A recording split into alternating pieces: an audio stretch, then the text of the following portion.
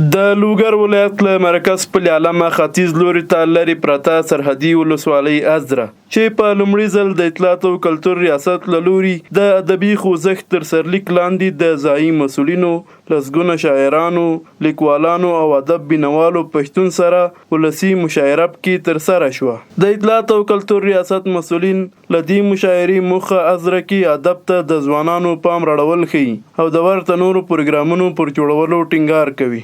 قدرمنو داسې ازرې ولسوالۍ دا د مرکز څخه لرې ده. دلته به ډېر پروګرامونه او ډېرې دغسې علمي سیالۍ او داسې کلتوري او فرهنګي پروګرامونه دا به نه وي سوي او دا د تاسو حق ده چې د لوګر چې په نورو سیمو کې کوم قسم پروګرامونه او برنامې که په هره برخه کې وي دا چې په نورو سیمو کې تطبیقېږي همدومره اندازه به د ازرې ولس ته راوړل شي. بلخوا شاعرانو او ادب مینوالو د هیواد بیا رغونې د اسلامي نظام پیاوړتیا او د پوهې لا دودولو لپاره خپل لیکل شوي شعرونه وویل او پر هیوادوالو یې غږ وکړ چې له حاکم اسلامي نظام سره په ګډه د هیواد آبادۍ ته کار وکړي. دلته امارت د بدمعشي نسته او تک سپین شریعت د بدمعشي نسته.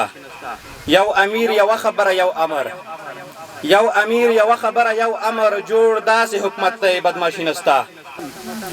تاریخ د میړنو به د ښاد ساتم وطنه تاریخ د میړنو به د ښاد ساتم وطنه همداسې د پننګ غیرت آباد ساتم وطنه.